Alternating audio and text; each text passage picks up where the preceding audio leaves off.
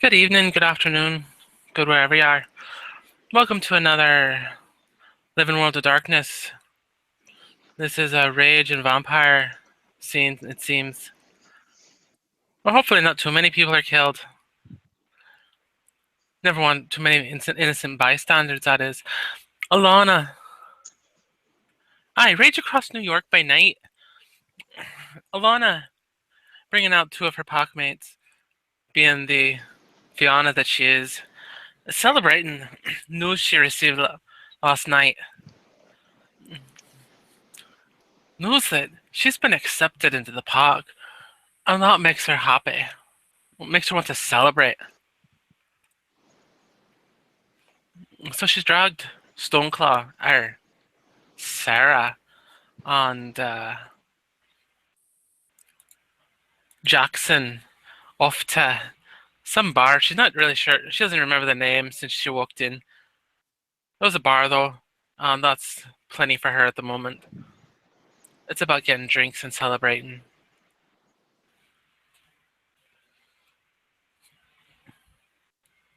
And that's where this scene starts.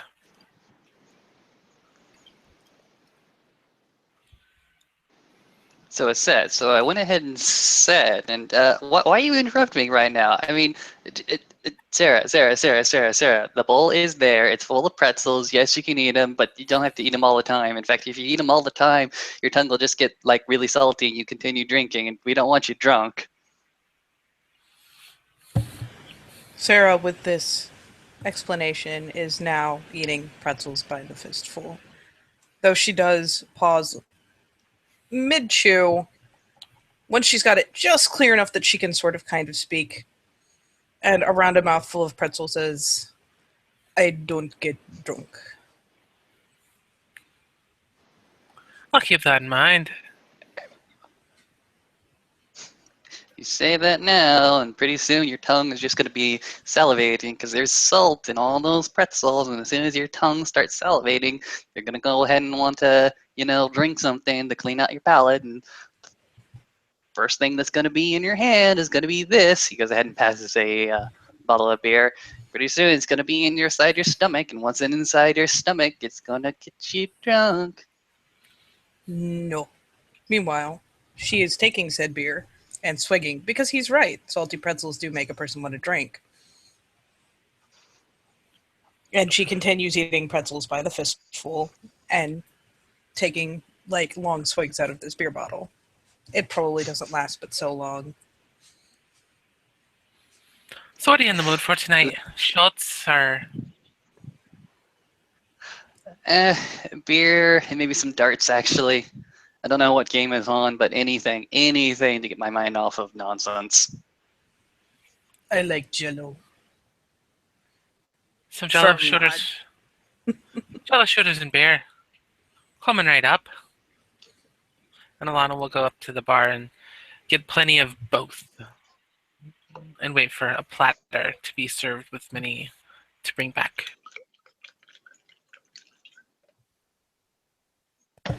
There may be at least a very light, like a very brief bounce or two, as Stoneclaw realizes, I'm gonna get Jello. So Lucas will bear witness, or at least feel, because if they're sharing like a booth or something, her like bounce once or twice before continuing at these pretzels. They're doomed to a terrible death. Not one will survive.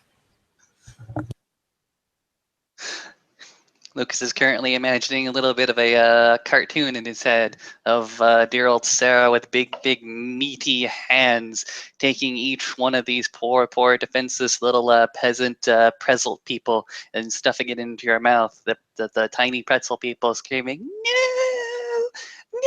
no, no. Surprisingly, Olaf is now getting that cartoon. And Alana comes back with half a dozen beers and a dozen jello shooters and a few shots of whiskey.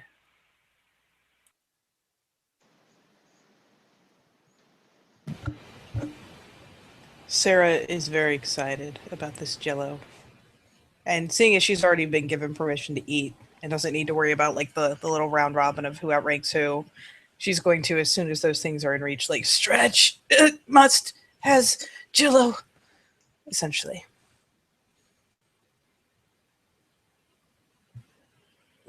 And while she has been shown that you can be all alluring with your Jello shots, no, she like starts jabbing it madly with a finger to get it loose and then chucks it back.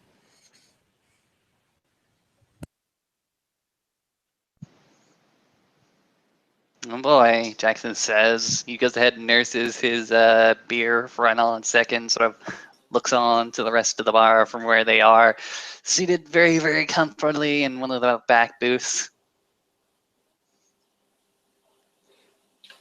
And yeah, Kristen Stewart walks in with a dude on her. She's on his arm to the bar and get a booth.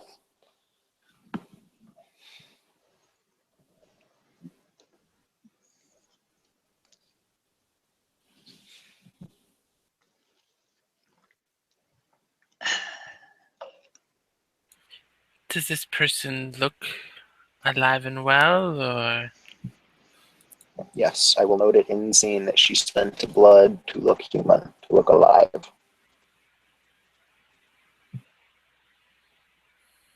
She's just really pretty compared to most of the people. What's her appearance? 3, so she's above average.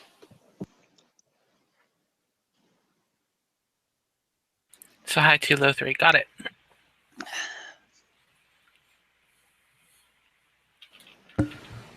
Don't worry, Sarah notices nothing except these Jello shots, which are disappearing at a kind of distressingly rapid rate.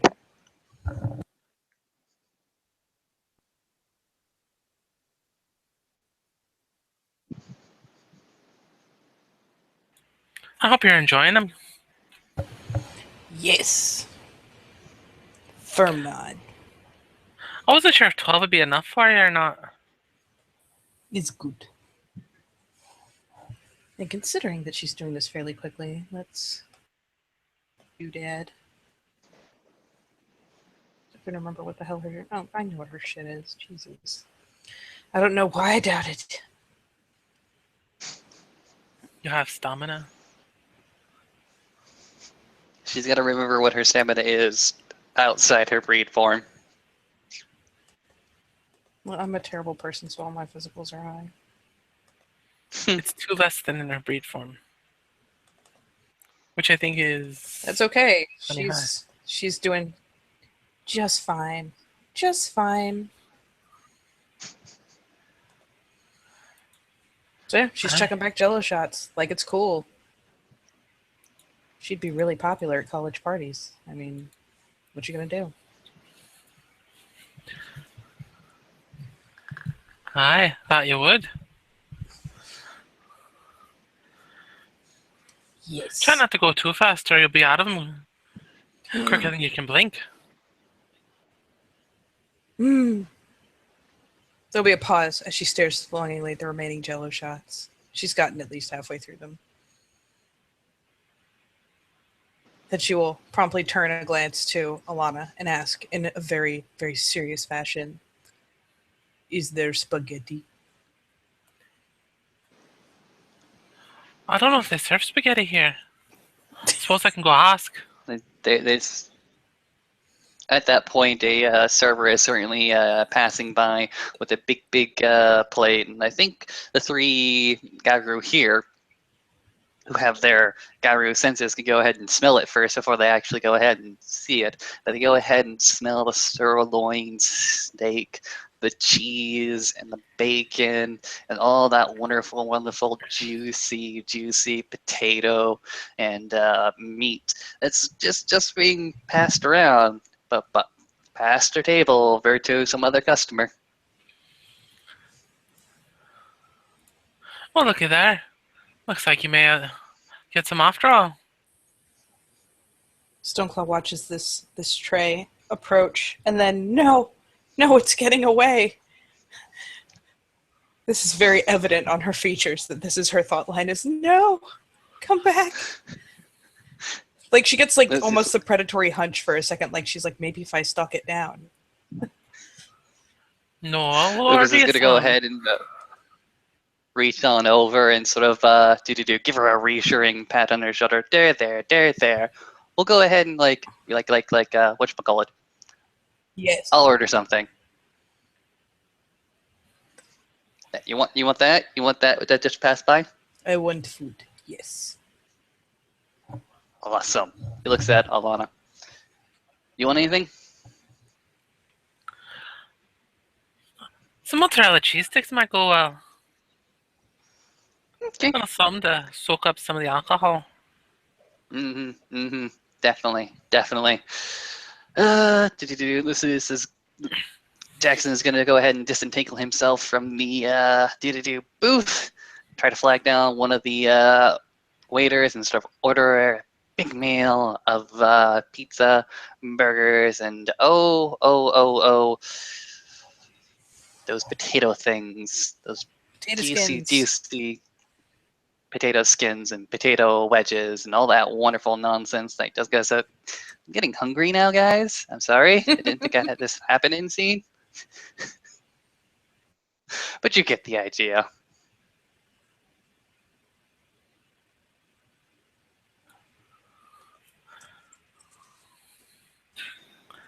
All right then. Looks like he's ordering up a storm over there.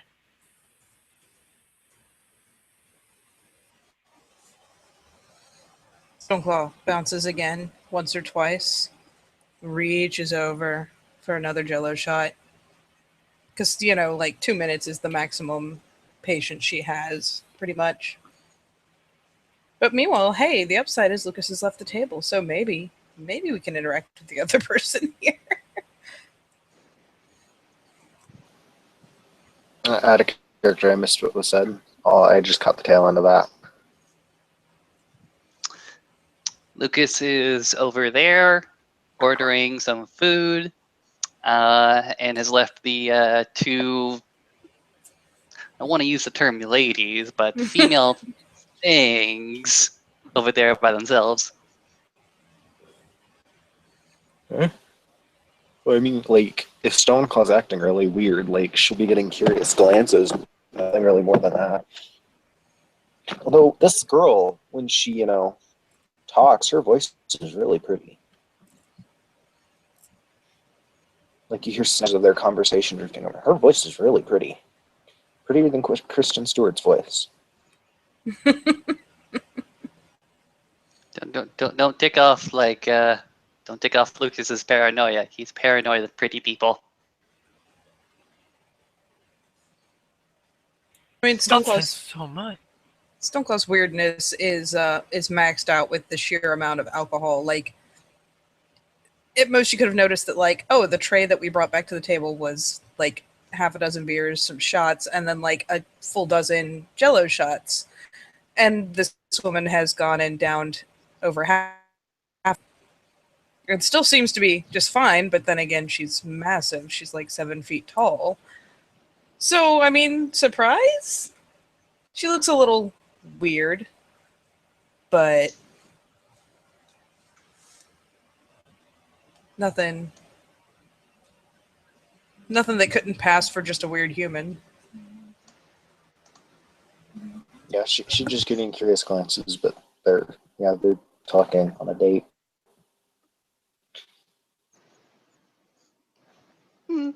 However long it goes ahead and takes, pretty dang soon the aforementioned feast has been prepared and is delivered, and Stoneclaw can almost hear the angelic chimes that come with it, or probably from where she is going after a rite of passage, some Valkyries singing on high about this great feast. You have the beer, you have the meat. Go! Young daughter of Fenris to be. Well, she hasn't gone through it yet, but don't worry, she's still excited, because there are food smells and food sounds, and they are magical and wonderful. You can positively hear the sizzling of the meat as it just came off the grill.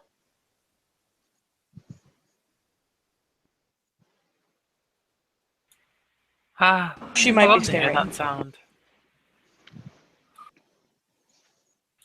Yeah, Lucas, for his part, after he returned turns to the table and has his pizza in front of him, is going to go ahead and start to, like you do, and start to actually eat it from the side, looking at them two.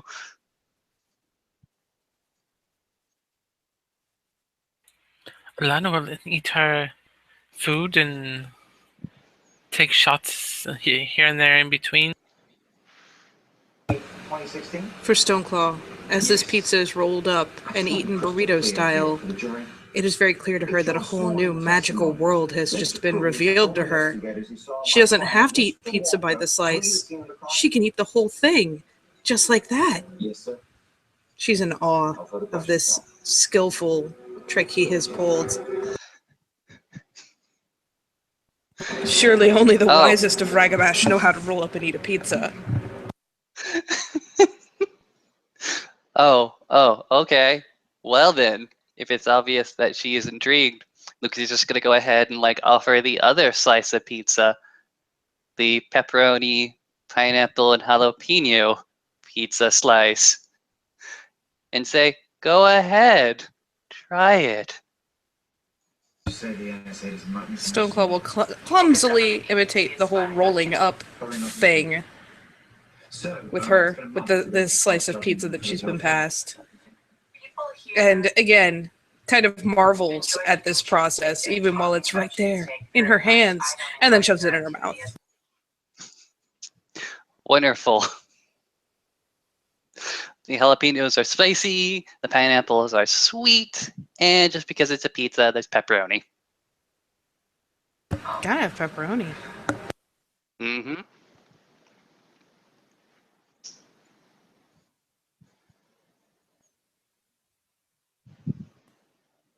Yep, Stoneclaw proceeds to shove this thing, like, it only takes like 2 bites, because she kind of gnaws it down to where by the time she bites it off, there's half a slice of pizza in her mouth. And kind of gnaws on that for a while, and then shoves the other half. So she's eating not like an animal, right? Well, I mean, she's not like putting it on the tray and like shoving her face in it, but she's definitely consuming at a remarkable rate. It's awe-inspiring and slightly disgusting. The pretty girl and her date are probably at this point just like utter shock. The best part is that she doesn't seem to like hit that point of like, you got to take a pause after eating a certain amount of food. No, she does this. She like paws over a couple of the Jello shots, jabs them out with her finger, chucks them back, and then rolls up another slice of pizza because this is magical. Look what you've created now. She's a pizza-eating fiend. If you're trying to shame me, you're doing a terribly awful job of it. Oh no, it's quite an amazing sight.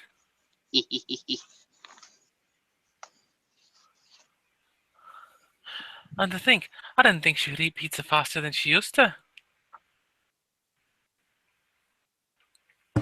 And around a mouthful of like half a slice of pizza that she's gnawed down enough, just enough to talk.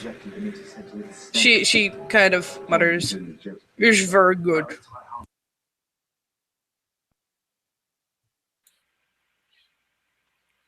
Alana is trying not to show teeth as she's grinning, but she's letting out a small chuckle at that.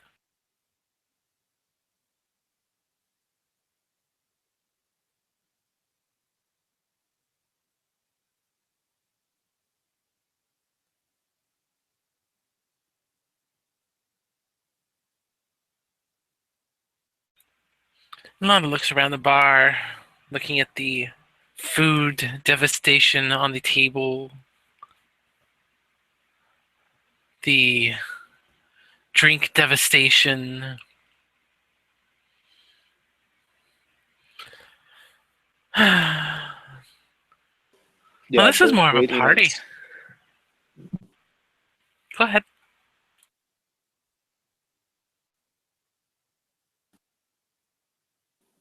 I'm just gonna say they'll go to the other table. Her and her date are kind of like have that really tech look while looking at their table, and they just kind of slowly stand up and head over and just kind of pay for their drinks and walk out the door, just still glancing back behind them. And very big confusion to a place where less crazy people hang out. They do not appreciate Stoneclaw's rate of consumption. At all. But you have to admire that graveyard of little plastic shooter jello cuppy things.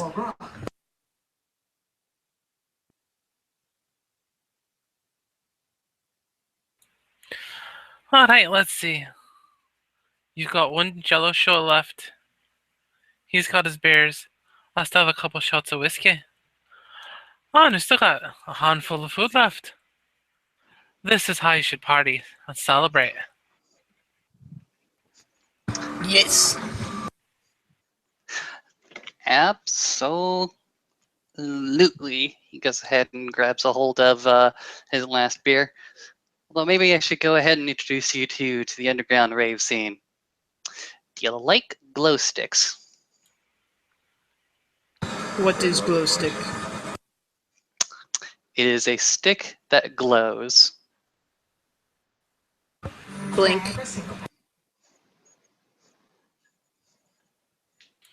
Like some of the You kids didn't- had on Halloween.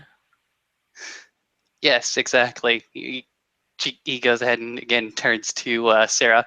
You didn't think it'd be that literal, did you? No. Underground rave scene. Sure. Why not? Next time I hear something, I'll go ahead and throw it in your direction. Wonderful. Excuse me. Is rave what Olaf does when he is mad and talk very fast and spit come out of his mouth? That I think is called ranting. Raving and ranting. He's not the same. He's like that, It's but a little with bit. glowing sticks. Well, he goes ahead and gets really animated, right? He goes ahead and gets himself pumped up and screams, yeah?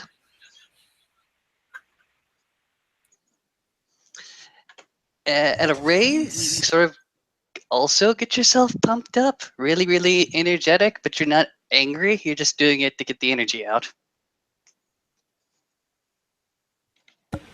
And most of the time, you're not spitting. Slow head tilt. Slow insertion of entire potato skin into mouth while head tilting. Of course, if you are spitting, it's probably a good sign that you need to go ahead and stop and maybe take a drink of water. Alana's a little happy at the moment. She doesn't have Pack Link because she's just picturing Olaf getting verbally upset with somebody and yelling and whatnot, and then she's picturing it with glow sticks in his hands as he's doing it, and it takes And on a a whistle whole new world. in his mouth. And a whistle, yes, and a whistle. Yeah, she's very thankful she doesn't have that Pack Link right now because she's not entirely sure Olaf would appreciate that. Oh, don't worry. He's already getting that imagery from dear old Lucas. Spoiler, it's a hard press to be worse at these things than Lucas is. Oh, and Lucas got the pack link. He just went in and jumped in with pretty much a full abandon with everything he could send people. She might challenge you for the title. Oh my.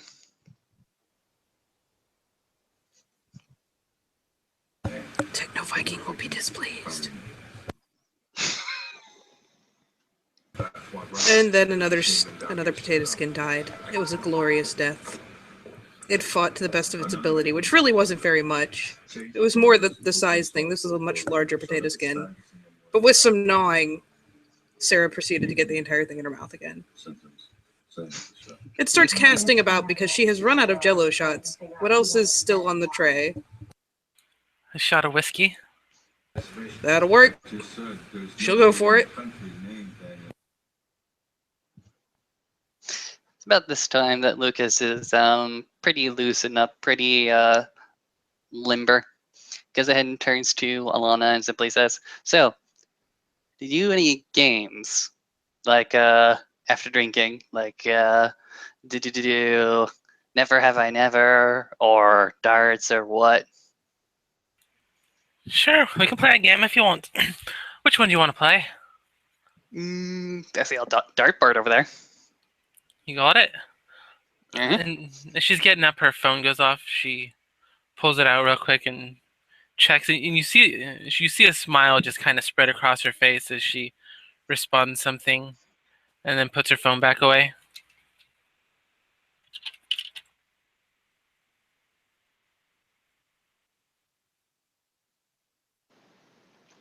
All right. Lucas, for his part, is going to go ahead and take one of the darts from the dartboard little tray right there. Go ahead and step back about a good 7 feet. Go ahead and line up his shot. Eh. Let's see how good this is.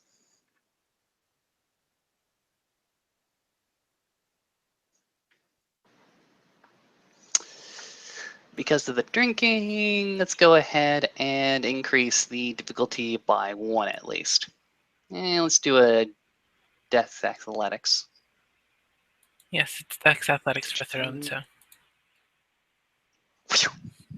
Punk. 1, 2, 3 successes. So I guess about like the third or the second ring of the dartboard, and he pretty much matches it with the rest of his throws, scattering it out everywhere. Afterwards, he goes ahead and collects them, gestures to you. Go ahead. Well, then I'll step up and do her best to throw him.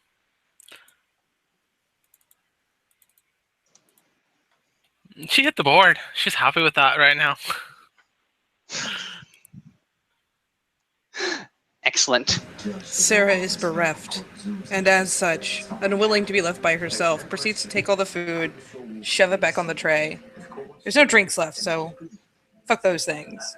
Picks up the tray and very like comically carefully carries this tray of food because if she has to eat it off the floor, someone will get mad at her. And brings it over to one of those little like high top tables, the little round tables that are usually in the bar area or near the dartboards. Obviously back from them a bit, but she relocates the food there and watches as they play this game, studying, trying to understand what they're doing. All right. This time it's Lucas's turn up again. He's got the dart inside his hand. He's going to go ahead and try to focus for the center of the board. Going to go ahead and make his difficulty just the one more. Yeah. Boom, boom, boom. Whew. Gets the one at a difficulty of 8. So it's closer to the board, but only that one dart goes ahead and makes it just that little tiny bit closer. It's not a perfect mark, but it's getting there.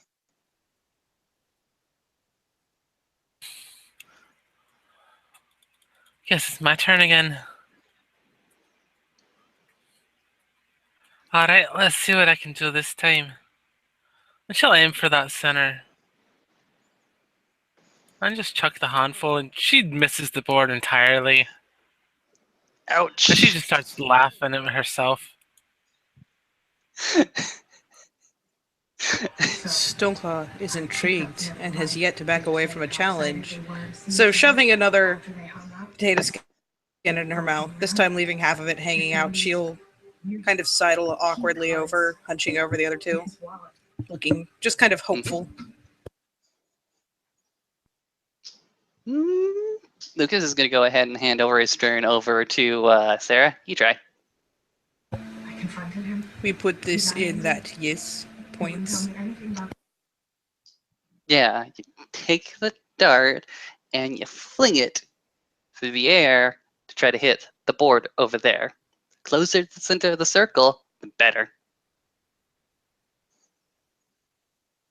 She, again, does her kind of over-enthusiastic nod because she bobbles her head pretty hard. It's still not a natural motion. And so she'll shuffle into the spot about where they've been standing, noticing that they don't get any closer, even though that seems weird. It makes it harder. And she'll line up and take the dart and kind of eyeball it over, bounce it in her hand for a second, and then eyeball this board. And as she has been completely unimpeded by this alcohol, which is a travesty, and any that got in her system is probably regened out pretty fast. I mean, you got a lot of meat and muscle for all the alcohol to go ahead and get into. Some of it just got lost in the way. There are pockets of alcohol pellets all over your body, wondering, why? Why? And she throws. Oh, not that one. No, that one. And she does a pretty bang-up job there, taking these darts and one by one flinging them, keeping it fairly close to the center of the board. One, in fact, probably gets damn close to the middle. And after she has flung all the darts, proceeds to kind of glance at Lucas and Alonna, kind of studying their expressions as opposed to being celebratory herself to see, kind of like that whole thing, like, 2-year-old falls over and immediately looks to you to decide whether to scream or laugh. That's what she's doing. She threw the things. Now she's looking for how to react. Alonna pats you on the get a shoulder. You get a smile and a thumbs up from Lucas. Thought was a damn good bit of work.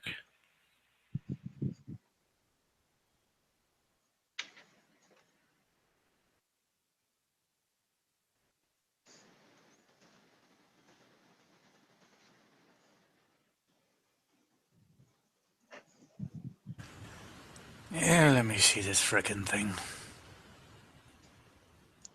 Bob, through the entirety of the scene, Olaf has been bombarded with two images. One of a giant Stoneclaw in Hamid, taking handfuls of pretzels that are peasants in the field and devouring them wholesale. Like the Whereas little pretzels another- being like, no, don't eat me. Ah! Yes. Another one being Olaf at a rave party, spinning and dancing with glow sticks in his hands. I thought it was That's like what you'd be getting from Lucas. I thought it was Olaf like mid-rant just happening to hold glow sticks and have like a whistle. Alright.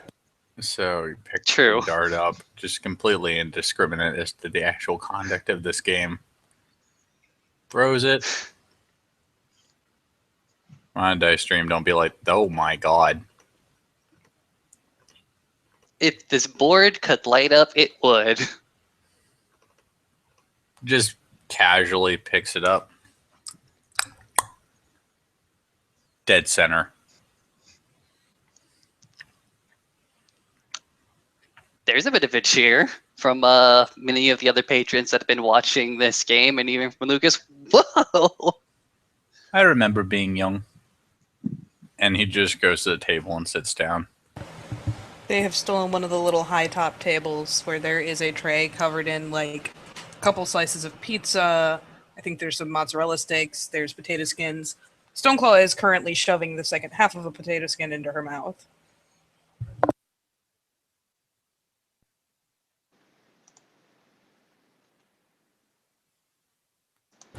She will also creep back over to the table because that's where the foodstuffs are. Can't leave them unguarded. Urgh. It's good to see you. Yeah, I've been busy. I did good. Firm nod. Points at dartboard. I believe you.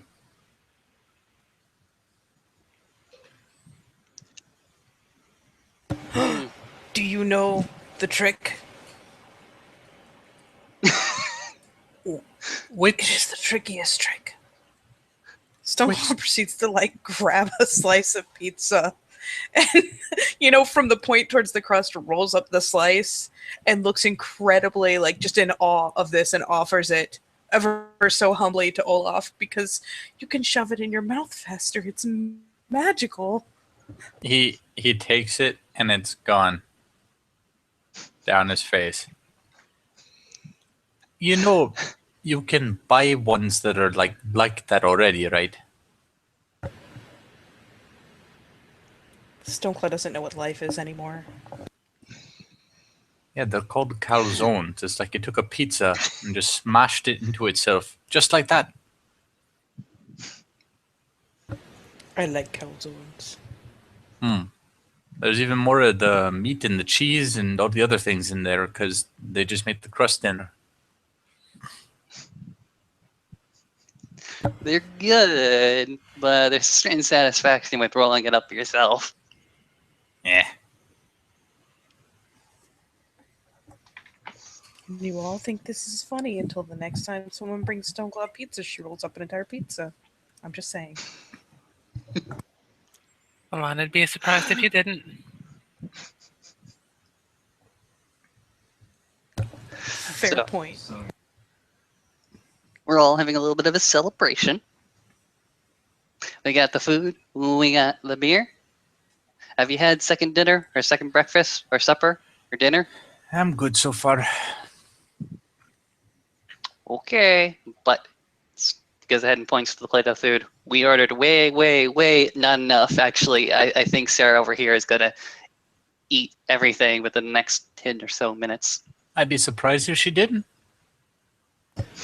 She pauses halfway through the next potato skin. What is minutes? Measurement of time. Is long or short? Short. Fairly short. She kind of ponders this for a second, shrugs, seems to find this statement acceptable, and continues shoving said potato skin into her mouth. Is fine. Longer than a second, shorter than an hour.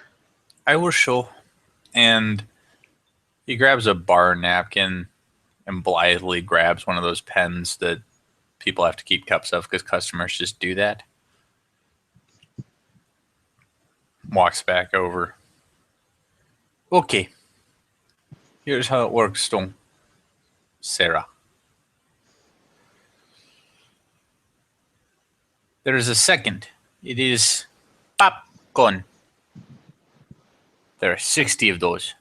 And he makes literally 60 tick marks on the napkin. Stoneclaw marvels because that is a lot of little marks. See, it goes like this, like 1,000, 2 1,000, 3 1,000. The 1,000 isn't actually 1,000, it's just space. You say that as her mouth has opened to ask that question. She instead decides to repurpose said open mouth by shoving a slice of pizza in it. Okay. So, after that is minutes. See these 60 seconds? There's a bobble of head as she is still like actively shoving. Like I don't know how she gnaws and chews fast enough that she can just kind of continuously insert food, but it's happening. Instead of a tick mark, he makes a circle this time. They all make 1 minute.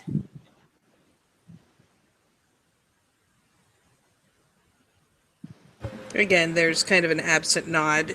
I mean, she's following what you're saying, but it should be fairly clear that she gets it as much as she can get it.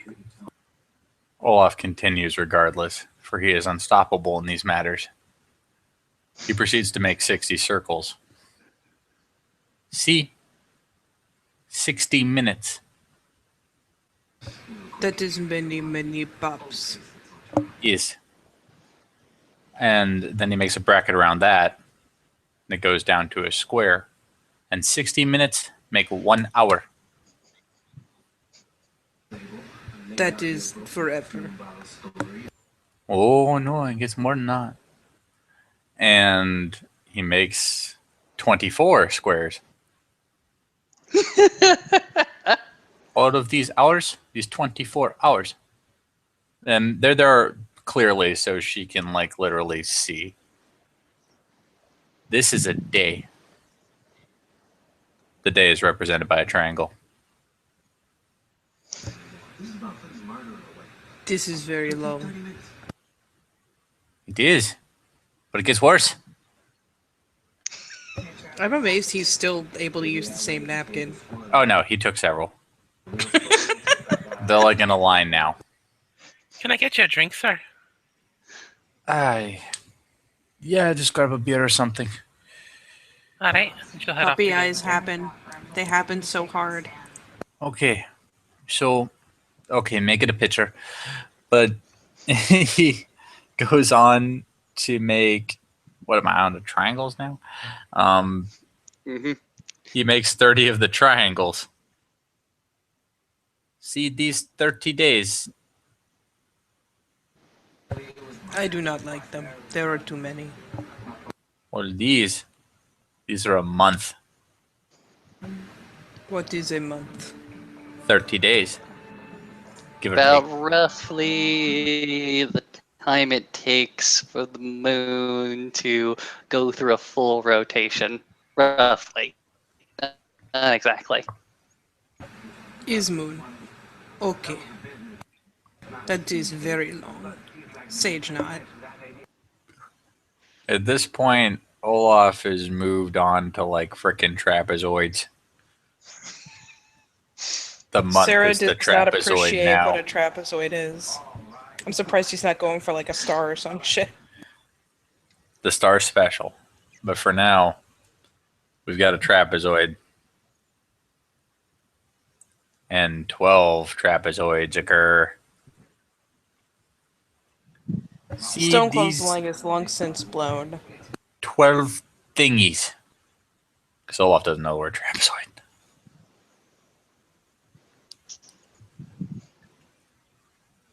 Sorry, I had to mute myself to giggle. But again, like, completely just mind blown little nod of I don't get it, but yeah, I see it. Okay, these 12 months, they make a year.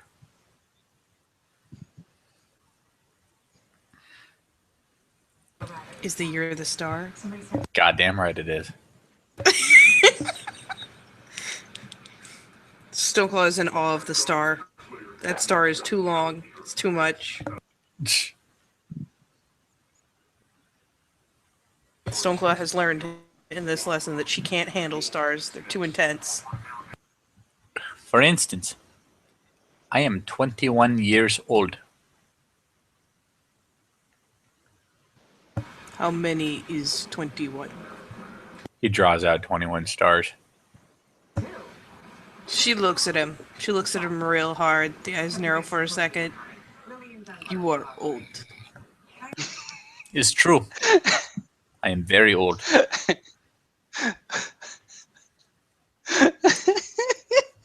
Like, you might as well have said there's you an were audible 200. chuckle from Lucas. But think of this. My mother and father, they're older than me.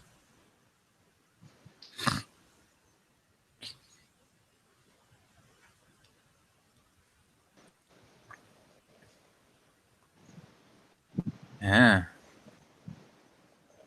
Many old people. My grandmas and my grandpas, they're older than my mother and father. And the great grandmas and the great grandpas, few as they may be, older than a lot of them.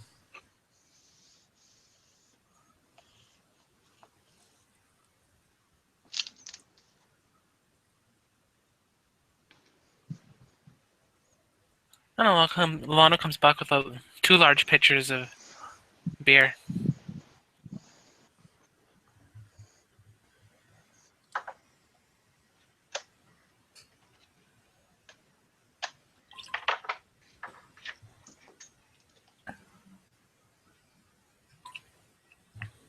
And 4 glasses.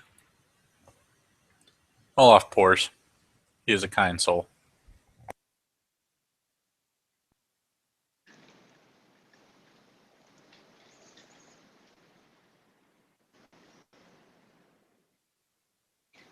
Sorry, give me a second.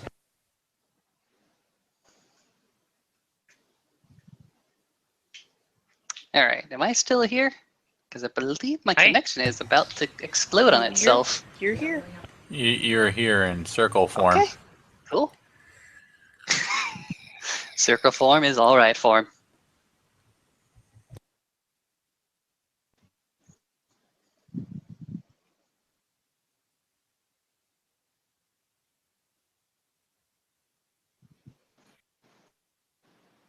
And Alana's phone goes off again. She looks at it, puts it back in her pocket.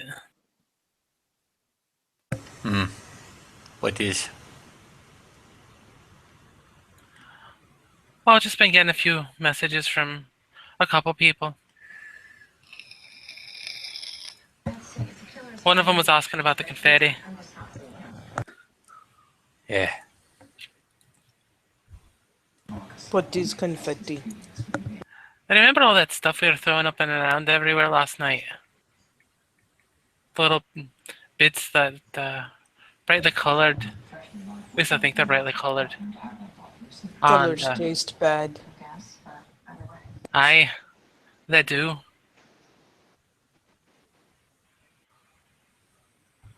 Well, at least those colors do.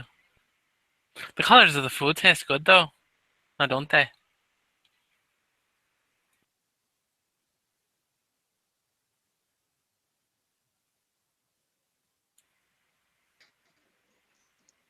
Yeah, you think I'd be so inconsiderate as to leave just confetti everywhere? Nah, nah, nah. I mean, if I did that, I would just lose so much confetti. Next time. You know, next time I'm thinking we make the confetti out of bacon and use like food color and a frosting on it to make them different colors. I'm just saying, I feel like Lucas has like metal confetti, so he can walk around with a magnet shoved in a bag and collect it all, and then turn the bag inside out and have all his confetti back.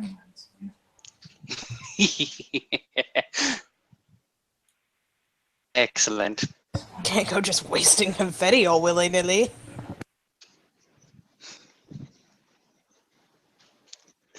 There's confetti for about 5 years ago. Good old rainbow confetti. Not that you would know, because a lot of the color has faded and people just assume it's white. Have you thought of getting confetti? That's the question. Meanwhile, in what she's actually doing, Sarah has addressed the picture as though it's a very large cup. That's why I got two.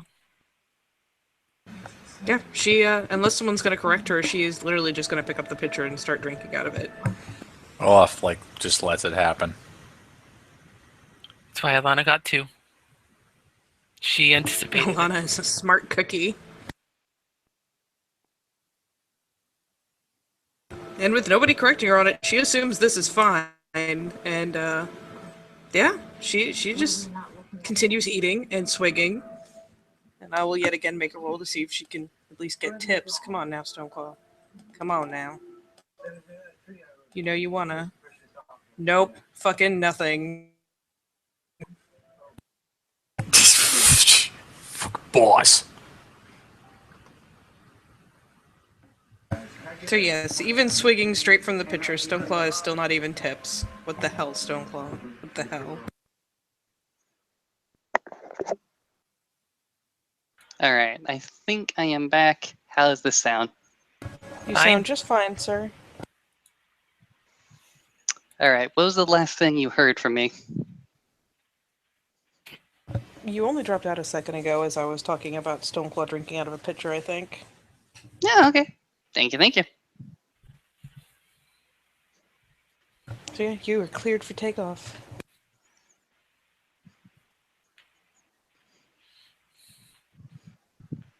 I need to be able to drink like you do. That is some serious.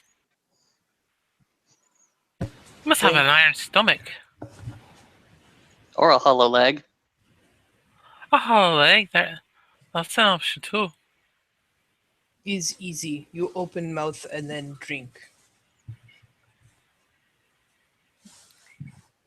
Alana chuckles. Is very good. Is tickly, has bubbles. I do not even have to blow the bubbles. Yeah, that's one of the nice things about beer. At least the American beer, definitely. isn't quite as bubbly, but it's a different kind of bubble, really, than the. And they insist on making it cold. I don't know why.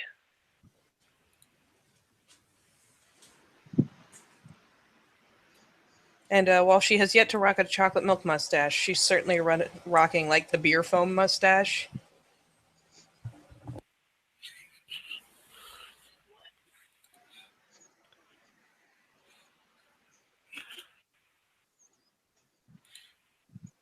Sarah, And wipe your then- face. Huh? Sarah, wipe your face.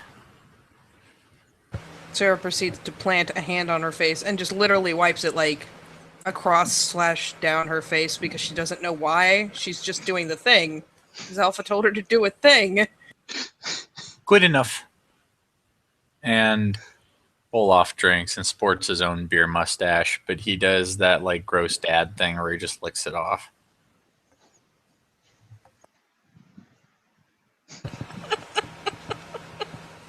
Oh, God. So Stoneclaw proceeds to, now that she has a moment's pause, snap her head aside, look very seriously at Olaf. So seriously. And ask simply, is it a fortnight? Maybe. Don't worry about that right now. It'll happen when it happens. Excitement level rises. I'm pretty sure that the hopping at the booth seat goes ahead and intensifies, and Lucas goes ahead and feels it in his buttocks. Stoneclaw may or may not bounce. That may be a thing she does. I am ready.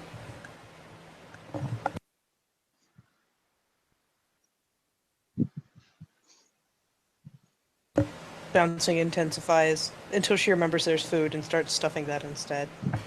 She can't seem to multitask enough to bounce and eat at the same time. I believe you are too, but now isn't the time or place to talk about it.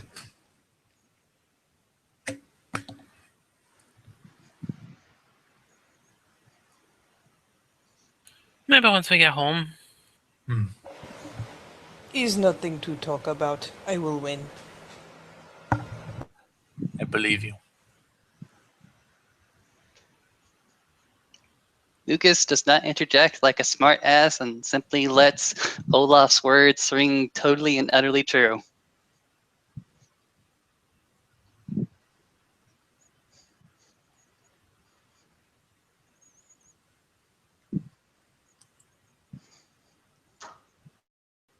Things have been both easier and harder recently. It will not always be so.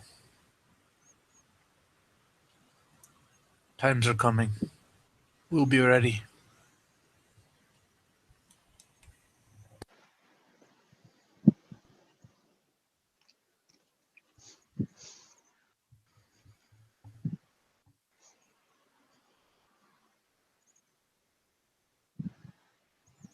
Yeah, it's certainly getting to be that time of day where everything just sort of resets, doesn't it? Excuse me, that time of year. I was about to say, Goes ahead and points to his head. Remember this old hat? And he's got the red hunting hat on his head. Oh, God, that fucking thing. I thought you had lost it. I almost did. I mean, the shadow of that last went ahead and took it for a hot second. eh. I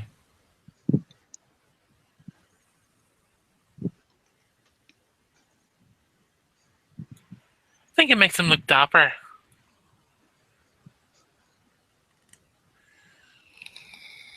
Aw, I thank you for a little bit of praise there.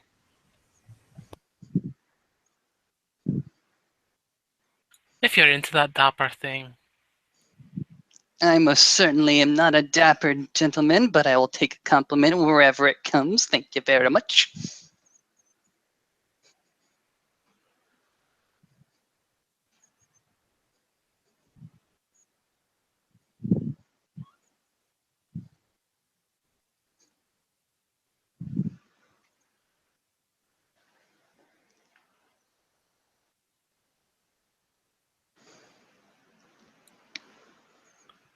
So I've explained seconds to years, and rolling up pizza.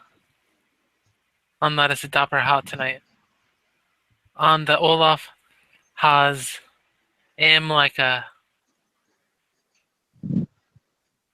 something out of history almost. I mean, I was imagining a thrown hatchet at that particular board and it splitting perfectly in Aye. half. That's kind of what I was thinking. When I was younger, I spent a lot of time in a lot of bars.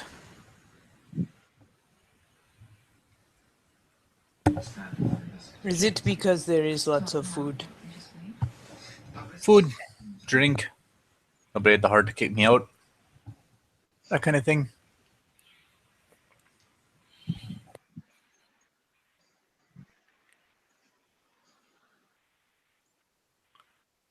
Happy face.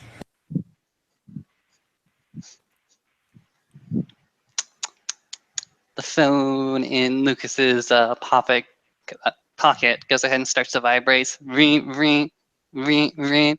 Goes ahead and takes it out. Goes ahead and puts it back. Blink at. What? What? No, it's nothing. It's nothing big. I just have to go ahead and cover somebody tonight that I didn't expect to be covering. Give me that fucking thing. He goes ahead and hands over the phone. Is it still like active at all? The vibrating has stopped and the text message has popped up. Olaf is now just blithely looking at this text message. Pretty much just reads, "Can you cover for me tonight at the shelter? I got a date." Oh, he has a date. How important of him. Ass. Olaf, I like the guy. He goes ahead What and is reaches date? for his phone again. Is it Um, food? Olaf slides it back across. It is not about food. I cannot explain it here.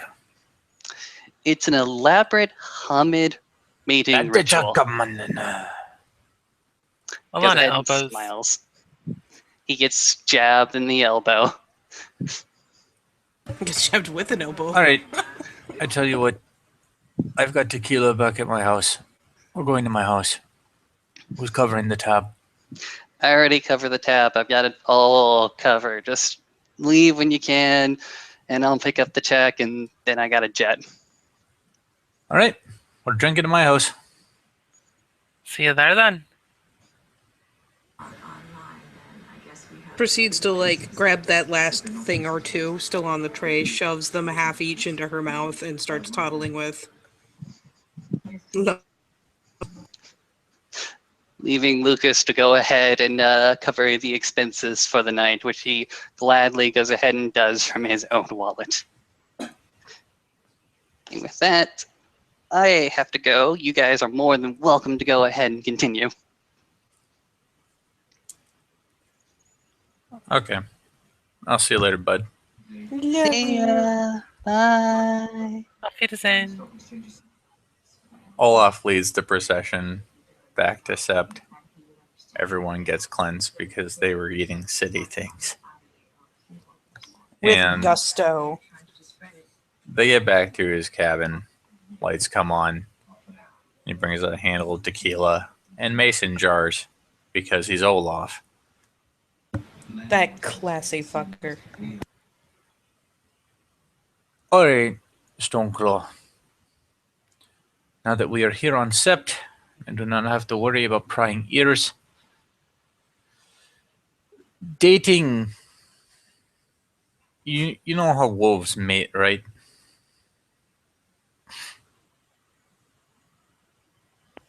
She kind of blinks a few times. And actually, with a reminder, kind of glances around, realizes, oh shit, I do what I want. And goes ahead and shifts back to Lupus for simplicity's sake. Just pops back over. But she's still studying Olaf. I think so. Okay. Well, dating is Muhammad way of whole mating process. See if other one is any good.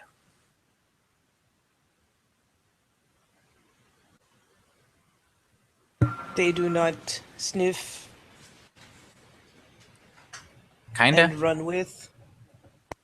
That's the point of the date. Is they go do things and see if they can put up with the other person. Okay.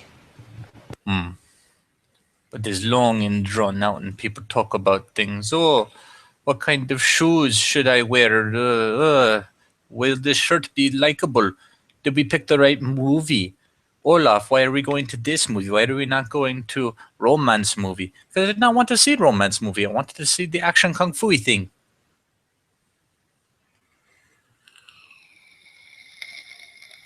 Aye.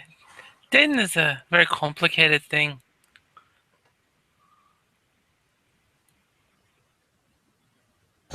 Sorry, I had to pull my headset half off for a second. What'd I miss? Olaf's examples of what people worry about in dates soon devolved into like unintentional personal experience stories. Stoneclaw's head slowly tilts. Why would they wear shoes? Shoes are the worst. You know, For- Muhammad's wear shoes. But they should not. Shoes are the worst. We're the ones that are least like shoes, like me. Humans, I think, tend to use shoes as to accentuate things, make themselves taller, what they feel is more attractive. Things like that, in this instance. Blink. Why? Why would you want to be more tall? It's good to be big and strong, but if you are not tall, you are not tall. Because it's kind of trying to bypass that natural instinct to have mates of a certain type. You know, they want them big and strong, so they wear shoes that make them look bigger and stronger, so that they seem more appealing to potential mates. Bless your little heart for going with something she would understand. And Stoneclaw ponders over this for long moments, and then kind of glances up at Alonna, glances down at whatever footwear she happens to have on, glances up at her again, glances down. But won't they see the shoes? They don't tend to care.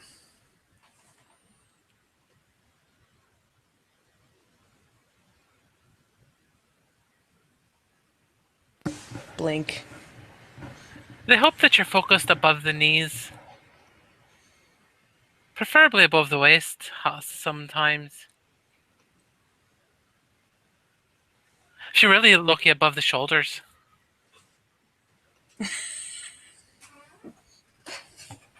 So they're not noticing the shoes.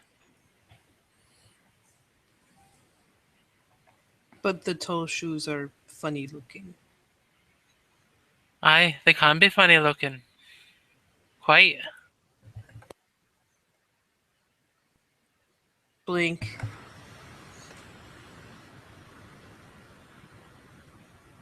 So you go and find human mate and wear tall shoes to look big and strong.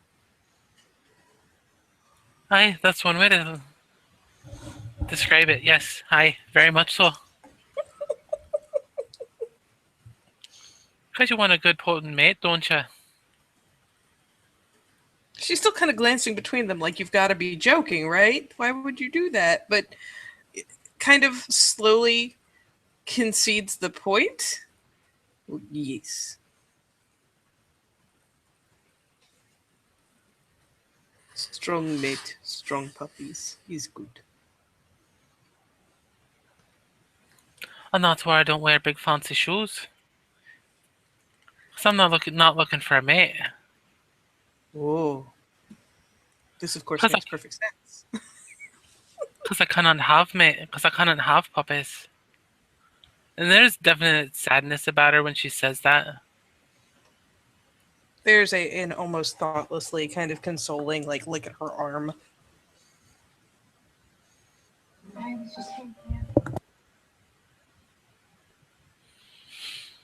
It's something I've had plenty of time to get used to, though. I suppose.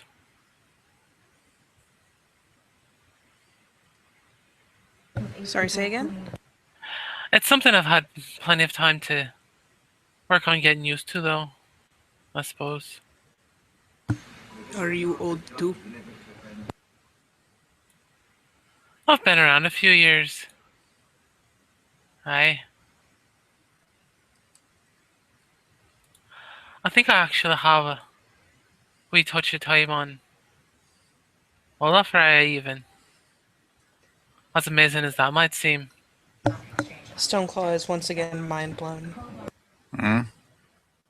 And now looking between them in disbelief, because Olaf has mighty whiskers, and she does not. How could she be older? Madness!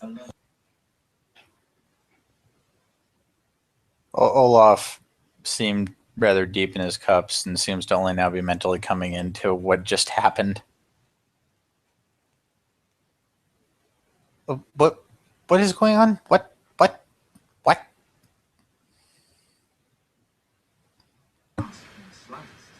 Leaning over, Stoneclaw confides in him, very, very secretively, very loudly. It's not very secretive at all. Alonna is even older than you. Eh? Really? No. Aye, I'll be 23 in February. Eh, fuck me, right? Yeah, you're older. You know who else is older than me? Blink. Lucas. What is life anymore? Stoneclaw obviously doesn't even know how to people. She's done. It's all over. Her world is Lucas crashing down is around her. older than me. Contemplates is older than me. But Garrett's older than you me. train Lucas as cub, yes? It's true. But how is he cub if he is older than you? That does not make sense. You only become a cub in the nation when you have your first change. But he is older. He should be cub before you. A lot of guru think that. And that's how it used to be. You see, a long time ago, a long time, people change much younger. They still do very often. But more and more now, you see guru changing later in life. Does that mean I am old? I don't really know how long you've been on this earth, Stoneclaw. Do not know. Did not see moon.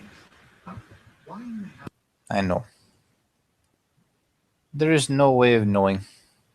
I do not imagine you are very old.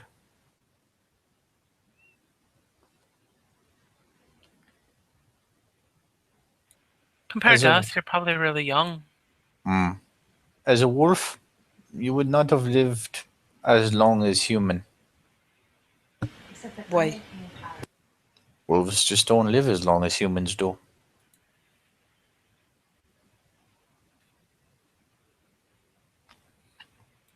Even if no bad thing were to happen, you would get old faster.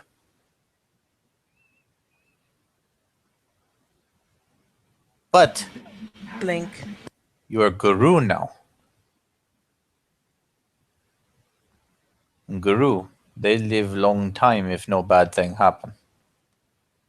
You could become 60, 70 years old if you lived.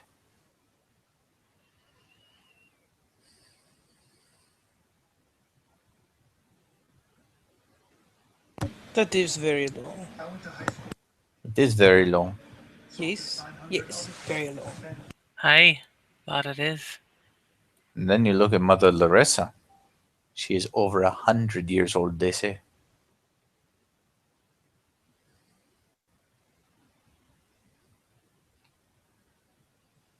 Mother Larissa is very, very old. Is Yes. odd like rock, kind of points her nose towards the entrance. Is good comparison. She is like rock.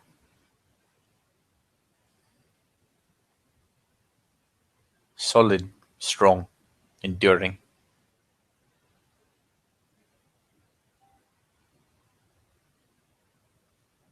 Yes. Olaf looks vaguely pleased with himself.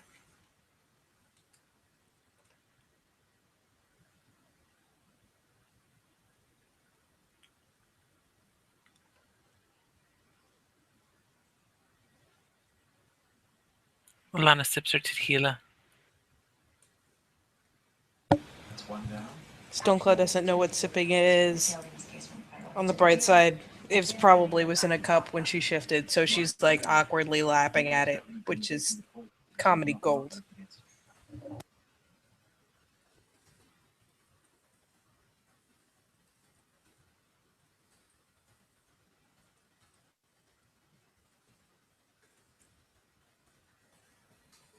So you have any more questions about Dayton? You do this more than one time? Yes. Many, many times. Of course, Why? takes more than one time usually. But if is not worthy for mating when you meet them, why would they be more worthy later? I don't know. It's just how things go. Humans are weird. They are. I have wife now. It's different. Did you date many, many times? Yeah, for a few months there.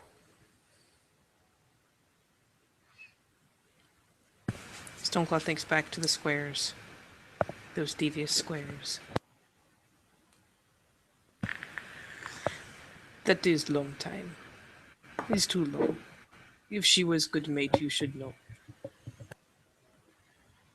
Eh, I didn't really think about it, and then we went to a restaurant. I'll have to take you all to restaurants sometime.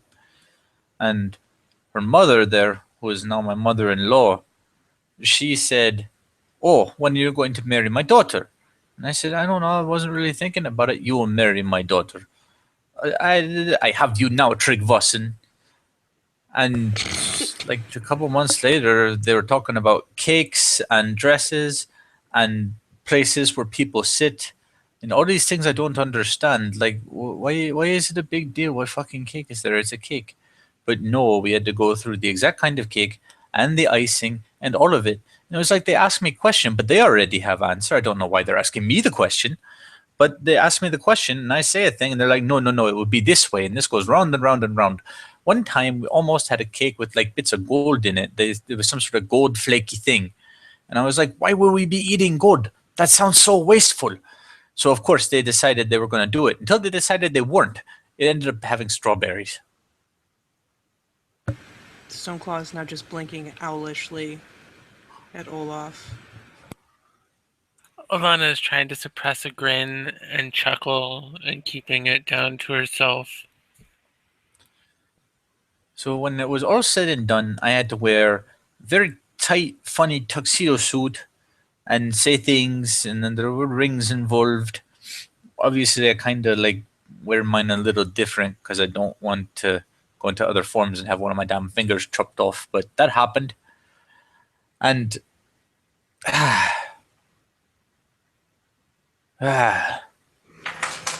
Why did you not just mate? believe me, that happened, Stoneclaw. But that is not a thing I'm going to talk about. Blink. You know, the head of a great house. I can't imagine having to go through this multiple times. The head of a great house could have as many as 4 wives. And I think I have one wife is already very difficult. Why go for 2 through 4? Stoneclaw has adopted a stubborn expression.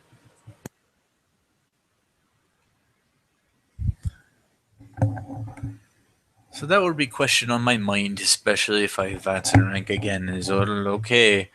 I have to be head of great house now. Figure out if we're going to have more marriages. Only need one mate. Is different for humans. Homage.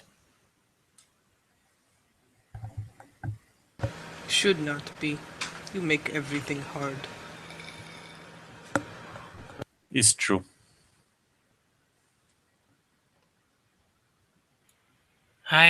Humans make things very complicated. Stoneclaw finally does something truly awkward, and plops down on her flanks. And actually, one second. She plops down on her flanks and kind of searchingly looks at both Olaf and Alonna because, well, fuck it, they're both there and neither one can answer. Will we ever go to a place where there are wolves and not just humans?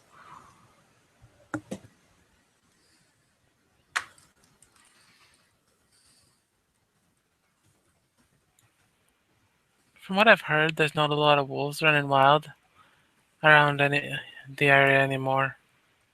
Unfortunately. They are far, far away. I'm sure we could go and find you one if you want.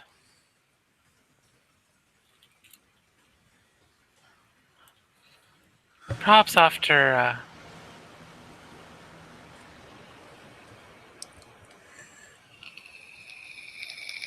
After what? the Amazon business. It's true. There are some places. Oh God, I'm okay. I'm okay, folks. There are some places where wolves are far from here, but they exist. Are there no wolves in Amazon? No. Normal wolves, the ones that are not guru, they don't live down in Amazon.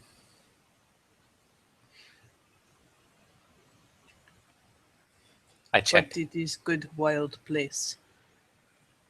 It's a good wild place, but it's not one where wolves were meant to roam.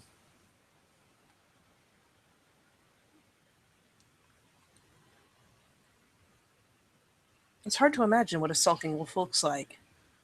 So it's probably a little hard to tell that that's what she's doing. I mean, I heard about wolves down in the American Southwest, but there aren't many. And a lot of them, they get mixed up with the coyotes, and then you have the coy wolf thingies running around. What is coy wolf? Is apparently, according to magazine, what happens when wolf and coyote mate. If you've ever seen such a thing. Actually, no. I know Katori pulled it off. She just looks like kind of vaguely offended. I know. I was shocked. Very shocked. But there are pictures and there are the sciencey studies and the video is true. It's a thing that happened apparently. But they are not strong mate. Apparently they're strong enough. I don't know. He like turns her nose up a little, like, the scandal. Stoneclaw, racist against coyotes. She's killed coyotes. Shut up. Might have better luck in Russia for wolves. Got the wolves in Russia. What is Russia? Is big country across the sea. What is country? Okay. So, you know how there's the land, right? Yes. And there's the sea, right? Big waters, yes. When the humans, they get in their big groups. You've seen them in their big groups, like this city. Yes. Where there's bigger thing than city.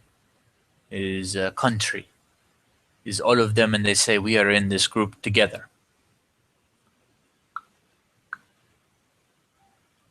And to mark where their country is, they make up lines on Gaia and say, this is our country. From everywhere from where this line is to that line. Is like territory. Yes. Is like territory.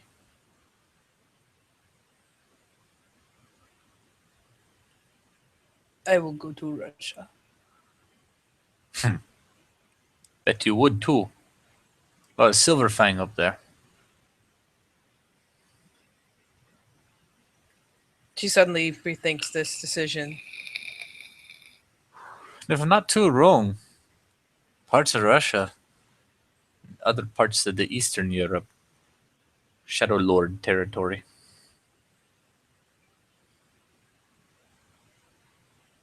Blank. You would have to ask Garrett. He knows these things. I want to go to a place with wolves. Big ones. Like me. And believe me, I've seen what Russian wolves look like. They're mighty big.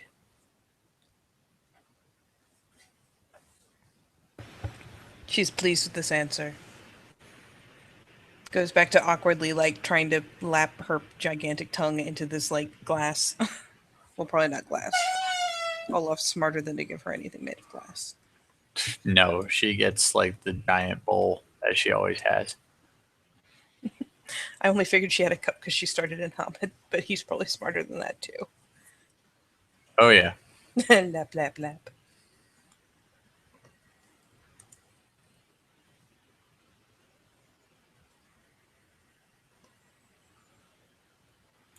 Olaf's stroking his beard at the moment.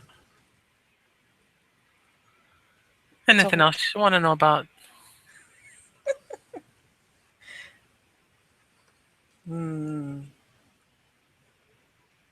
Want to go on right. Want to go to Amazon.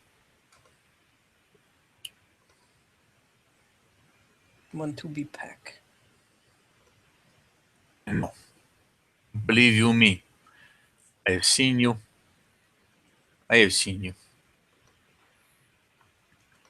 When the time comes, you are a Cleith, a ranked member of the nation. I accept you into this pack, for I've seen what I need to see. Yes. When I am in pack, I can still protect Yggdrasil. Yes. Yes, Aye. Good. important to the people and to our tribe. Did you see the lady? Which lady? The one that came out of the tree.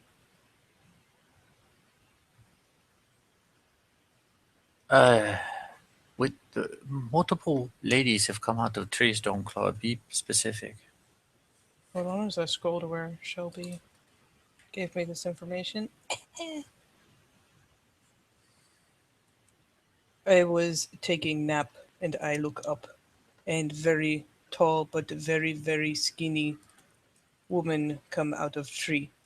She wear Homid clothes. Very, very fancy, very, very shift in the wind. Very Oh no. colorful.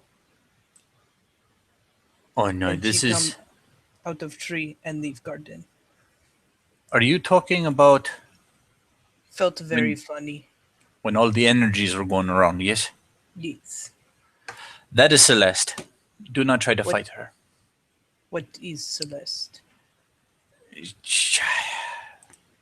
Sometimes I do not know. My best guess is Magi, but I could not say for certain. She is not one you want to try to fight. Is she bad?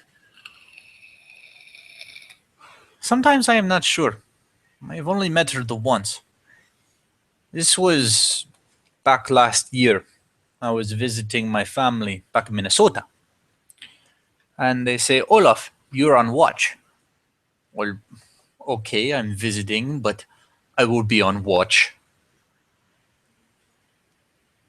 Olaf, you need to go into Umbra for watch. Well, where are the Guardians these days, being all fat and merry? Olaf, they need night off. You are here. You are gone for so long. You will do this thing, or I will hit you upside the head. And I said, yes, mother. So, there I am in the Umbra, ranging around in Lupus, seeing what I can see, enjoying the wild. When out of nowhere comes this great fucking force. You could just feel it in your bones, you could feel it in your skin, you could feel it in your fur. This is not normal, this is not ordinary. I go to see what is the matter. And there she is, just sitting there, reading book. I say, who goes there? You are a stranger to me. She looks at me and she says, well, you're a stranger to me too, fella. And I say, you did not answer my question. Who goes there? She goes back to reading her book, like this is no big deal. And I say, hey, you get off my land. I do not know you. It did not occur to me at this time that she could understand what I was saying. It did not smell like a guru. It was very strange. And she says, well, try to make me then. So I start running at her. I am about to go to the Great War Form. I am not about to have this shit. And as I run towards her, I realize that my feet are not so big. My muscles not so strong. I am on two legs, it is true. I am going forward, it is true. But I have not reached the war form, but I am already committed to my task. So I run and I run. I cock my fist back. I'm about to give her a real slammer right on the face, don't you know? What happened instead is I get near her, and suddenly I am flying through the air. I am flying through the air. This is not a thing that I can do in the Umbra. Flying is something for a child of hummingbird, or someone who is a creative theurge, or a Korax or something. Just not for old Olaf here. Bah! Right into a tree. I'm a little bashed up, but I can handle myself. And I tried to take the war form again. It doesn't work. I am not happy with this. But it is my land. She will not leave. I will make her leave. I go and I run at her again, my fist cocked back, ready and sure. I am once again flying, straight into a damn tree. But I am not a quitter. My mother did not raise a quitter. Quitters do not get supper. The third time, I charge her again. This time, I go straight up in the air and straight down. This was a real doozy.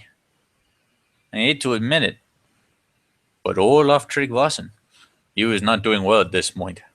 I could tell because I coughed up blood. I am laying there. I am trying to get up. She is up now. She is not reading book. She is staring at me. And she says to me, all land is my land. I will go into there now. I will see what I can have. And I say, hey, you don't do that. I'm not going to let you. I go up into the air again, I come down. I am not in much shape at this point to not let or let anybody do anything. So I think, this land is sacred. You can't do that. It would be sacrilege. And she looks at me and says, what is your sacrilege to me, ye of little knowledge? I am barely kind of on my elbows here, looking up at this tall, tall woman.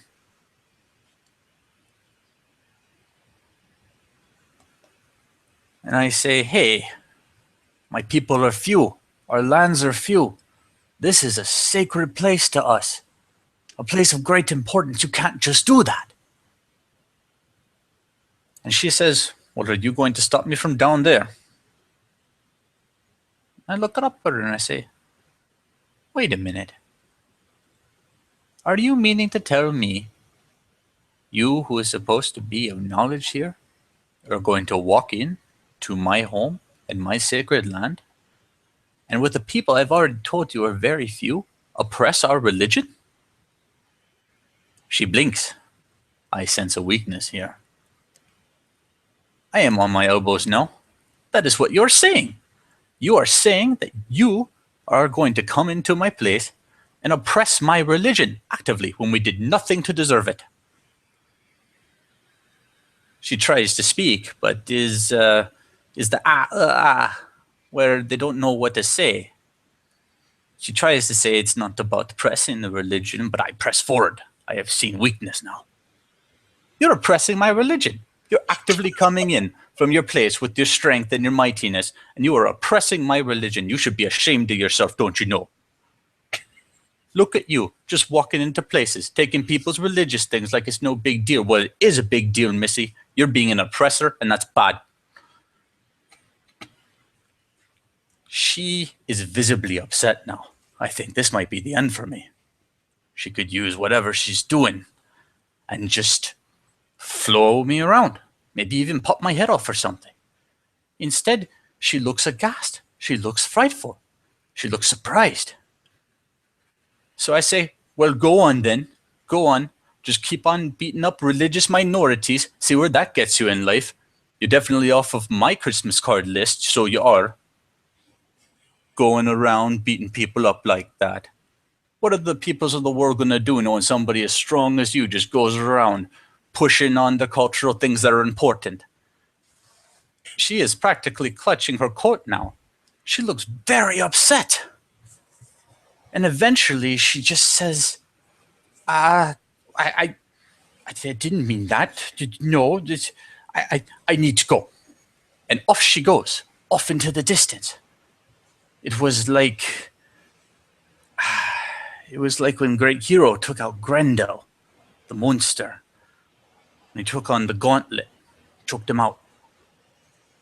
All of my strength and fury, it could do nothing against this one, but I had found my gauntlet. And Grendel had to flee. Well, As she is missing going- some of the references. Stoneclaw is just watching, like, with rapt attention. Like, this is story time. It's the best. As she is going, I cry out, hey, you! Hey, you never told me your name. It'd be very inconsiderate for you not to introduce yourself. And she turns around. She is more confused and upset now than to begin with. And she says, it's Celeste. Who are you? And I say, I am Olaf Tryggvason. And I am not very pleased to make your acquaintance, Miss Oppressor.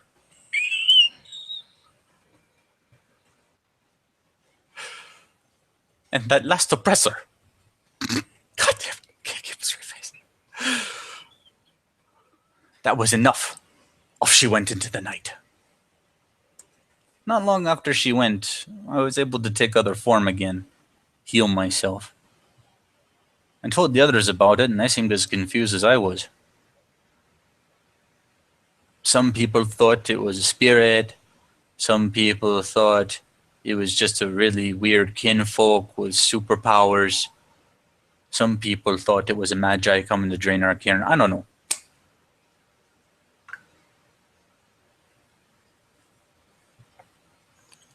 But either way, it's definitely not a hallucination because now we've all seen her again. So you just remember, if she starts harassing this sept, saying she's not going to go nowhere, or saying she's going to come in here after our cairn, you don't raise a hand to her. You can't beat her that way. You got to say, Miss, I am part of a religious minority, and I would like you to stop oppressing my chosen religion. Stoneclaw is hanging on every word and just nods. She commits this to memory. I'll remember. Are you dying too? Yes.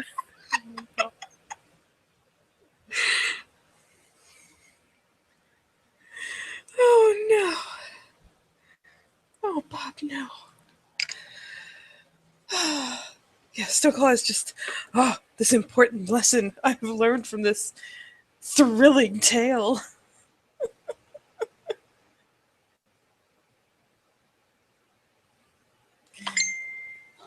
She, at the very least, at the very least, like, looks it all off so seriously, so fucking seriously, and is like, she did not hurt Iggy. Is good. She walk away. But I will be there if she comes back to say this thing. Here is what I will say on that. Yggdrasil, the world's tree, is more than capable of defending herself. And Yggdrasil, the world's tree, has been very, very specific.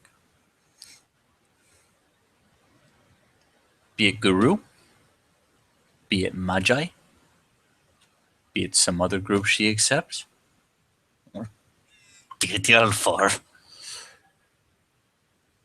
If they come, and they don't break her ban, and they are not of the worm, which includes leeches, then there they can be. So if she comes back and just hangs around, doesn't do anything bad, Yggdrasil allows her to be there, we do nothing. We do not say the thing. No. You save that. You save that in case she comes here to our sept.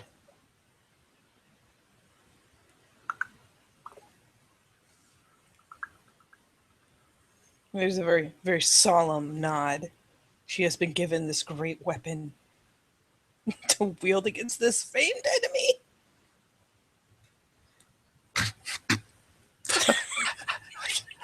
There's only so long I keep a straight face. There's only so long I keep a straight face, man. It's hard.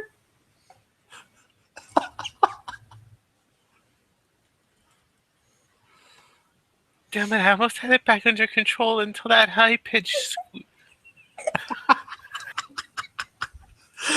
Olaf looks like he is dead fucking serious.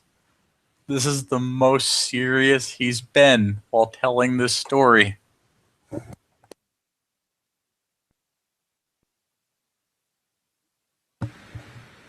This is so serious that Stoneclaw has stopped drinking. The party probably, in hindsight, will get the sense that maybe this was like the abbreviated version, that maybe not everyone speaks like they're from Minnesota, but for now, this was a Minnesotan epic. No, this is perfect. Stoneclaw has no idea that it could possibly be any other way. This is exactly what happened. Though now she fully expects that if someone does something like comes onto the sept, Olaf's response will be, "Hey, you!"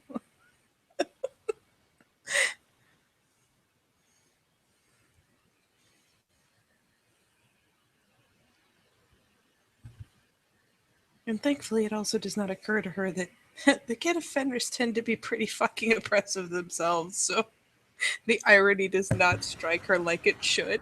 Oh, irony. If there's a spirit of irony in the umbral reflection of the sept, it has gotten fat today.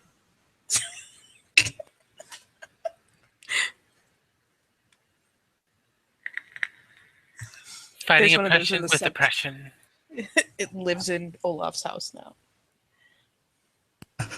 Spirit Heritage 5 irony.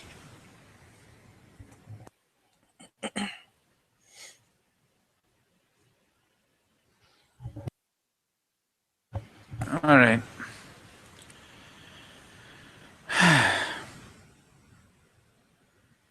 Unfortunately, I have to go on patrol. You two can stay here and drink and all that. This is my house. One of you is packed to me, the other of you will be packed soon, so is your house too. Thank you. I will see you on the morrow. And he gets up and begins to head out. Stoneclaw and her hero worship will follow him.